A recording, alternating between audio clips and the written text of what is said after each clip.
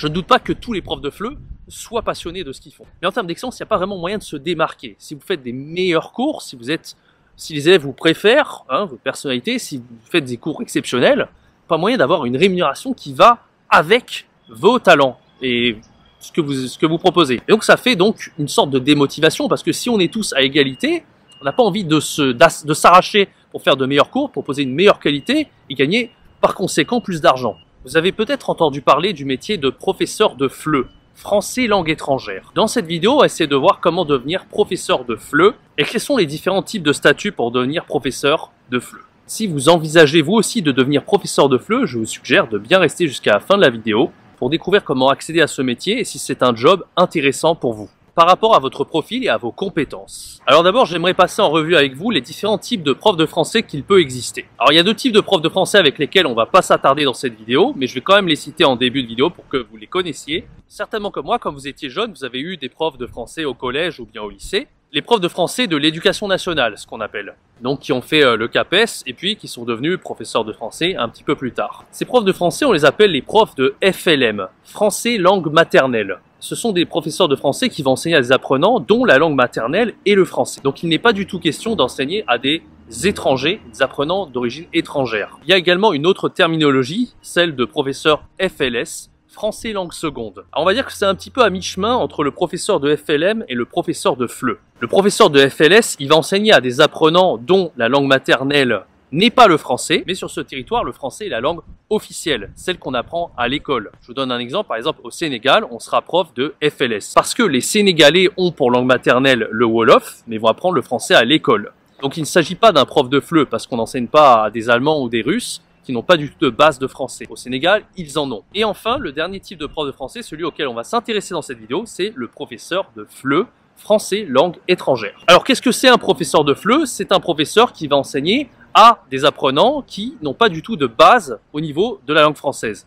Donc vous l'aurez compris, ce sont des territoires où on ne parle pas du tout français à l'origine, ils ne sont pas du tout francophones. Je vous ai cité l'Allemagne et la Russie comme exemple. Alors comment devenir professeur de FLE exactement? J'aimerais d'abord vous parler des 3 statuts principaux qu'il existe pour le métier d'enseignant de français langue étrangère. Le premier statut, le plus répandu, c'est celui d'employé. Alors quand vous êtes employé ou salarié, vous travaillez pour une école de FLE, en général ce sont des écoles privées, vous allez donc enseigner dans ces écoles. Alors le deuxième statut, c'est celui de prof de FLE indépendant. Celui où vous allez gérer vos horaires vous-même, prendre les vacances quand vous voulez et peut-être gérer votre emploi du temps. Où vous serez votre propre patron. Sur ma chaîne YouTube de FLE, on se concentre principalement sur ce statut d'indépendant. On voit ensemble comment le devenir et quels sont les avantages par rapport au statut d'employé. On va d'ailleurs un petit peu en parler dans cette vidéo. Le dernier statut, c'est celui de directeur. Donc c'est la personne qui va diriger l'école de FLE, qui est en général une prof de FLE à l'origine. Il peut y avoir des cas où le directeur de l'école de FLE n'a jamais été prof de FLE, mais en général c'est assez rare quand même. Alors dans cette vidéo, pour commencer, j'aimerais vous parler du statut d'employé et comment devenir employé dans une école de FLE pour commencer. Alors pour devenir professeur de FLE employé ou salarié dans une école, il suffit de suivre les études de FLE classiques.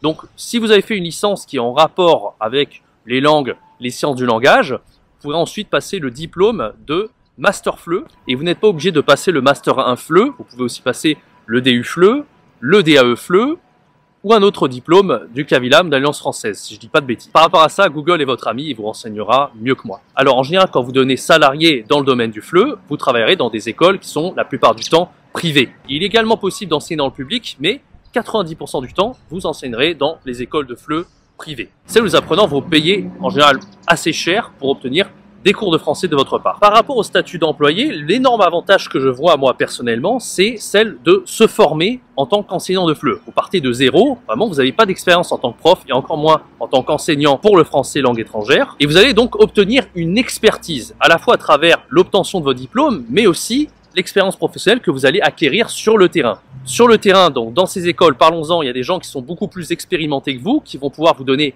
des conseils, vous allez pouvoir observer ces profs, vous allez petit à petit pouvoir affiner vos méthodes et vos techniques d'enseignement. Donc pour moi, sur le court terme, enseigner dans ces écoles de FLE, c'est extrêmement bénéfique. Pour moi, l'inconvénient d'enseigner dans ces écoles de FLE, ça va être plutôt sur le long terme. Alors les inconvénients sur le long terme, parlons-en. On a notamment une rémunération qui est assez faible, qui va jusqu'à 1500 € par mois environ. Souvent, on a des horaires aussi assez chargés. Il peut vous arriver, quand vous êtes salarié dans une école de FLE, de travailler jusqu'à 40 heures par semaine. Ce qui est assez énorme. Alors vous l'aurez compris, l'inconvénient c'est de beaucoup travailler, mais de ne pas avoir la rémunération adéquate en fonction du travail que vous fournissez. Alors ça c'est plus mon avis personnel, mais ça c'est un autre problème que j'ai pu ressentir en tant que salarié pendant quelques années. Mais c'est également un des problèmes que j'ai pu cerner à l'éducation nationale aussi. C'est l'impossibilité de se démarquer si vous êtes un excellent professeur, si vous avez d'autres compétences en plus que celui de bien enseigner à vos élèves. Parce qu'on va pas se mentir, tous les profs ne sont pas égaux. Il y a des profs qui sont excellentissimes, il y a des profs qui sont très bons, il y en a d'autres qui sont bons, il y en a d'autres qui sont un peu moins bons. Je ne doute pas que tous les profs de FLE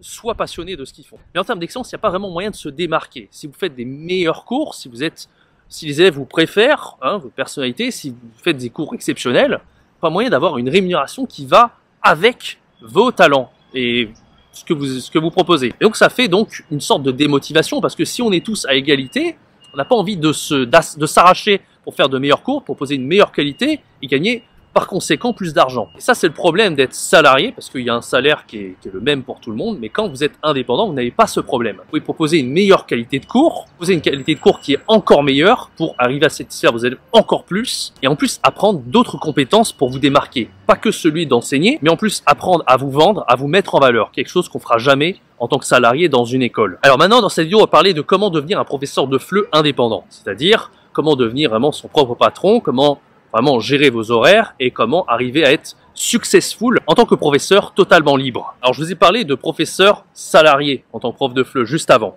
Et c'est pas un hasard. À quoi ça sert de devenir salarié, de faire plusieurs années dans une école? C'est pas pour vraiment très bien gagner sa vie sur le long terme, je vous l'ai déjà dit. Par contre, ça va vous permettre d'acquérir des compétences, d'acquérir de l'expérience sur le terrain et de développer une expertise. L'expertise de devenir un professeur excellent et très qualifié dans votre domaine, celui de professeur de français langue étrangère. Si vous n'avez pas d'expertise, si vous n'avez pas de diplôme, si vous n'avez pas d'expérience, ce n'est pas grave. Vous pouvez déjà commencer sur le terrain, à commencer à donner quelques cours, voir si ça vous plaît. Et au début, quand vous commencez, vous ne serez jamais expert en tant que prof. Vous ne serez pas le meilleur du monde. Par contre, si vous avez goût et que vous aimez faire ça, c'est déjà super. Le plus important, c'est vraiment d'aimer ça. Donc sur Internet, de nos jours, il y a moyen d'être tuteur extrêmement facilement sans avoir de diplôme. Je vous recommande de faire vos propres cours. Vous pouvez vous informer sur comment enseigner des cours très simples, des cours de conversation, sans même être un expert de la langue que vous enseignez, d'être un expert de la grammaire, pas besoin non plus d'avoir de diplôme pour commencer à faire vos premiers cours. Après, si vraiment vous passez le diplôme de FLE et que vous enseignez dans les écoles, là, vous allez pouvoir développer votre expertise. Et donc le fait d'être expert, la rémunération va suivre. Vous allez gagner beaucoup plus d'argent si vous êtes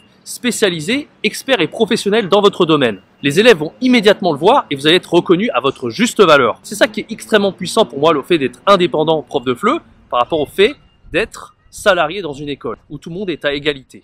Voilà, par rapport aux autres motivations qu'on peut avoir par rapport au fait d'être indépendant, d'être purement indépendant, d'être votre propre patron en tant que professeur de FLE, grand 1, ça fait vraiment du bien, c'est la liberté géographique. Vous pouvez enseigner de partout où vous voulez dans le monde. Vous n'avez pas besoin d'être contraint de rester dans votre ville, en France ou peu importe. Vous pouvez vraiment bouger un petit peu, ça fait du bien de bouger, on va pas se mentir. En ce moment même, par exemple, je suis à Taïwan. Voilà, j'enseigne depuis Taïwan, je peux bouger d'où je veux, je peux changer de Airbnb pour faire mes cours. Il n'y a aucun problème. Comme je vous l'ai cité juste avant, vous pouvez gagner beaucoup plus qu'en étant salarié dans une école. En étant salarié dans une école, vous pouvez faire un maximum d'heures, mais en général, on ne fera jamais plus que 40 heures par semaine, à moins que vous soyez vraiment une machine. La rémunération est fixe. Vous avez un taux à l'heure et il changera. Alors que là, en tant qu'indépendant, vous pouvez rapidement vraiment augmenter vos prix. Quand j'ai commencé en tant qu'indépendant, j'ai commencé à peu près au même taux horaire que je faisais dans les écoles. Puis, en fonction de mon succès à enseigner à des élèves en ligne, j'ai pu augmenter mon taux horaire progressivement, jusqu'à être à plus de 30 € l'heure.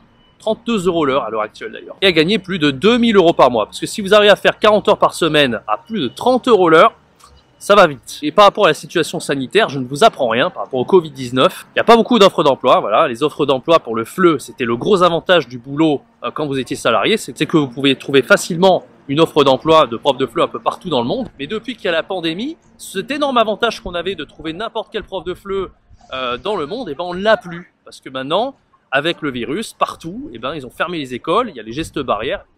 Je vous apprends rien, le Covid a tout foutu en l'air à ce niveau-là.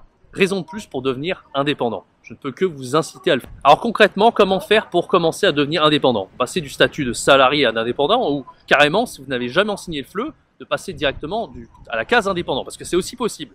C'est un peu plus difficile selon moi, mais c'est largement possible. Alors, il y a la solution la plus difficile. La solution la plus difficile, c'est d'avoir vos propres élèves, d'aller les chercher par vous-même. Alors, j'ai des amis qui le font, mais c'est quand même assez compliqué parce qu'il va avoir des connaissances dans le marketing digital. Là, ce que je vous dis, c'est pas pour avoir quelques élèves, c'est vraiment pour avoir des élèves réguliers pour qu'ils viennent à vous sans que vous ayez à faire d'efforts. Si vous avez des compétences en marketing digital, vous pouvez gérer les réseaux sociaux bien comme il faut, la communication, et les élèves viendront à vous naturellement. Et donc, ça demande des compétences en graphisme, en communication.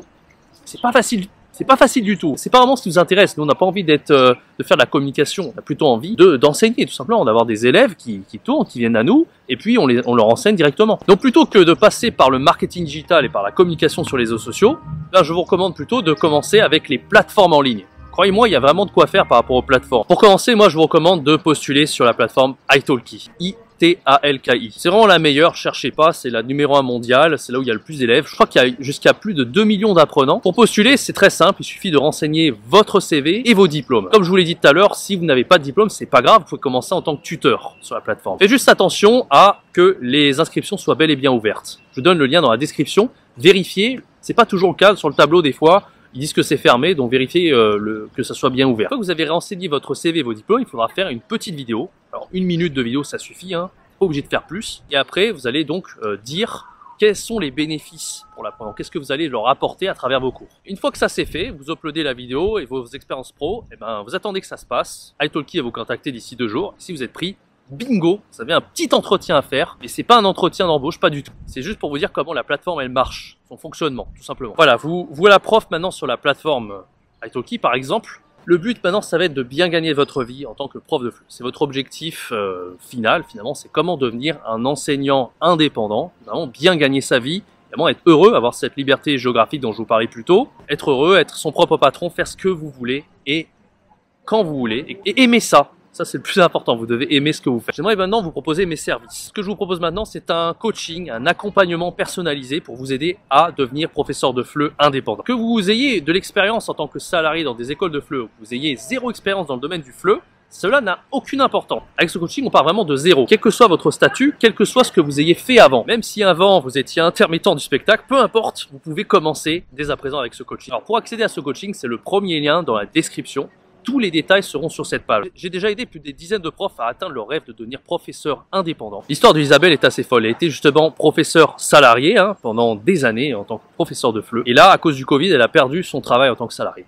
Elle a perdu l'opportunité d'enseigner à ses élèves dans l'école dont elle avait l'habitude de faire avant. Elle savait pas quoi faire, elle était un peu en train de tourner en rond, mais je l'ai aidée, je lui ai proposé un coaching, et donc elle a très rapidement été acceptée en tant qu'indépendante sur la plateforme italki. Et alors je vous parle, après 2 mois, elle a enseigné plus de 250 heures d'enseignement, avec plus de 50 élèves. Encore félicitations à toi Isabelle, et si vous voulez faire comme Isabelle, je suis là pour vous aider. Donc encore une fois, premier lien dans la description, profitez-en. Alors j'espère que cette vidéo vous a plu et vous aura donné envie de devenir professeur de FLE, l'un de voies possibles en tant qu'indépendant sur internet de nos jours, donc il faut en profiter. N'oubliez pas de vous abonner à ma chaîne YouTube Enseigner le FLE en ligne, à me suivre sur Twitter également, je suis assez actif sur Twitter. Quant à moi, je vous dis à la semaine prochaine pour une prochaine vidéo. C'était Jérémy, ciao bye bye.